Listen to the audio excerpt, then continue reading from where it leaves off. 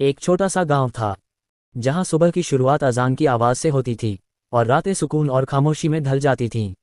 اسی گاؤں میں ایک لڑکا رہتا تھا۔ اس کا نام تھا احمد۔ احمد بہت سیدھا سادہ تھا، لیکن اس کے دل میں ہمیشہ ایک سوال رہتا تھا، کیا صرف نماز پڑھ لینا ہی کافی ہے، یا اللہ کو خوش کرنے کا کوئی اور طریقہ بھی ہے؟ ایک دن احمد اپنے دادا کے پاس گیا۔ اس کے دادا ایک بہت نیک اور سمجھدار انسان تھے۔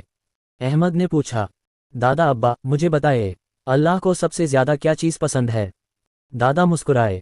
انہوں نے احمد کے سر پر ہاتھ پھیرا اور بولے، بیٹا، اللہ کو سب سے زیادہ پسند ہے خالص دل، اور یہی سکھاتی ہے سورہ اخلاص۔ احمد حیران ہو گیا۔ سورہ اخلاص، وہ تو بہت چھوٹی سی سورت ہے، اس میں ایسا کیا خاص ہے؟ دادا نے کہا، آؤ آج میں تمہیں ایک کہانی سناتا ہوں۔ کہانی شروع ہوتی ہے۔ بہت سمے پہلے ایک صحابی تھے۔ وہ ہر نماز میں ایک ہی سورت بار بار پڑھتے تھے، سورہ اخلاص۔ لوگوں نے ان سے پوچھا، آپ ہر بار یہی سورت کیوں پڑھتے ہیں؟ انہوں نے جواب دیا، کیونکہ اس میں میرے رب کی پہچان ہے اور مجھے اپنے رب سے بہت محبت ہے۔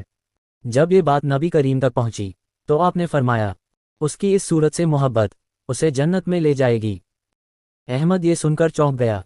دادا ابا، کیا سچ میں اتنی چھوٹی سورت جنت کا راستہ بن سکتی ہے؟ دادا نے گہری سانس لی اور بولے، بیٹا، یہی تو اس کی سب سے بڑی فضیلت ہے۔ سورہ اخلاص کا راز۔ دادا نے دھیرے دھیرے پڑھنا شروع کیا۔ قل هو اللہ احد۔ انہوں نے کہا، اس کا مطلب ہے کہہ دو اللہ ایک ہے۔ احمد دھیان سے سن رہا تھا۔ بیٹا، دنیا میں ہر چیز کا کوئی نہ کوئی ساتھی ہوتا ہے، لیکن اللہ اکیلا ہے، اس کا کوئی ساجی نہیں۔ پھر دادا نے اگلی آیت پڑھی، اللہ الصمد۔ اس کا مطلب ہے اللہ سب سے بے نیاز ہے، سب کو اس کی ضرورت ہے لیکن اسے کسی کی ضرورت نہیں۔ احمد کی آنکھیں چمک اٹھیں۔ تو کیا ہم جو کچھ مانگتے ہیں وہ صرف اللہ ہی دیتا ہے؟ دادا مسکرائے، بالکل بیٹا۔ پھر انہوں نے پڑھا، لم یلد ولم یولد۔ نہ وہ کسی کا باپ ہے اور نہ ہی کسی کا بیٹا، اور آخر میں ولم یکن لہ کفوا احد، اس کے جیسا کوئی نہیں۔ احمد کی سوچ بدلنے لگی۔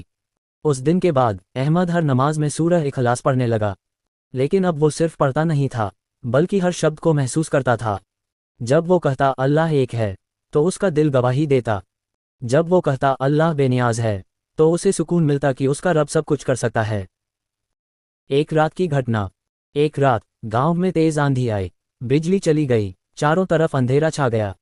احمد ڈر گیا۔ وہ بھاگ کر اپنی ماں کے پاس گیا، لیکن اس کی ماں بھی پریشان تھی۔ تبھی اسے دادا کی بات یاد آئی، مشکل وقت میں سورہ اخلاص پڑھو۔ احمد نے دھیرے دھیرے پڑھنا شروع کیا، قل هو اللہ احد اللہ الصمد لم یلد ولم یولد ولم یکن لہ کفوا احد۔